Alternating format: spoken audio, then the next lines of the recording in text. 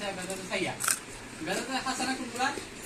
যে বেদাতগুলা নতুন সংযোজনগুলা ইসলামের মূলনীতি এবং শরিয়ার সাংঘর্ষিক না, এটাকে বলা হয় বেদাতে হাসানা। এটাকে বলা হয় সৌন্দর্য, ইসলামের সৌন্দর্য।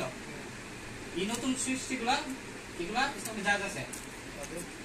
আর বেদাতে সাইয়া শিখা যেগুলা শিখা খারাপ বেদাত, যেগুলা ইসলামের মূলনীতি এবং শরিয়ার সাথে সাংঘর্ষিক।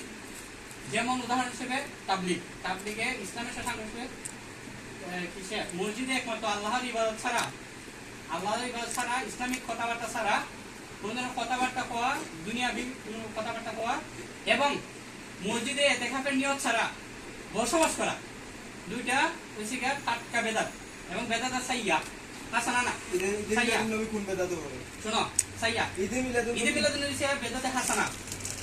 বেদাতে হাসানা রাসূল সাল্লাল্লাহু করছেন না, এটা আমি বেদাতই কইলাম না, এটা বেদাত না, সরি, আমি এটার জন্য সরি।